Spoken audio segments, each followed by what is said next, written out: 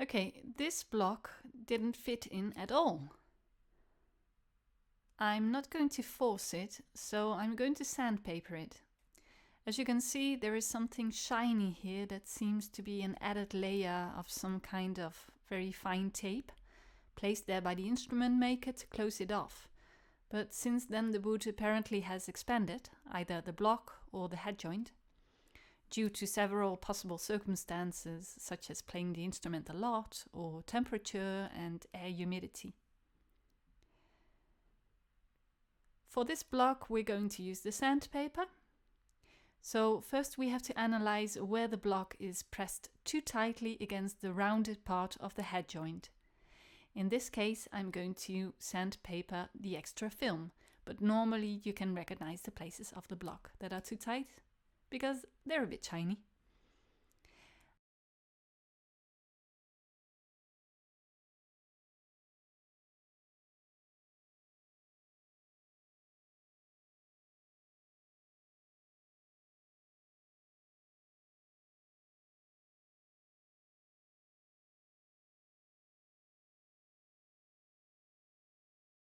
I must be very careful not to touch this part,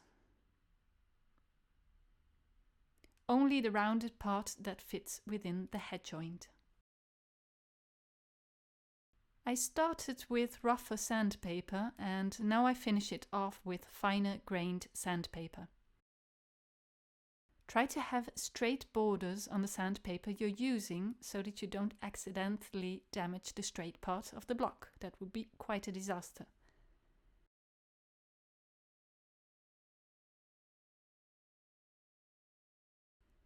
If you want to get closer to the border, use a completely straight part of the sandpaper and avoid pressing against the straight part of the block.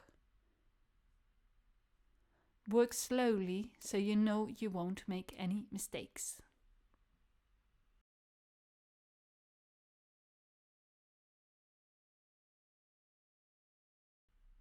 Okay, and when you're satisfied and you think it's good, you place it back.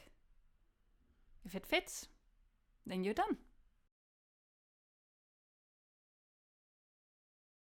And there you go, it's perfectly in place.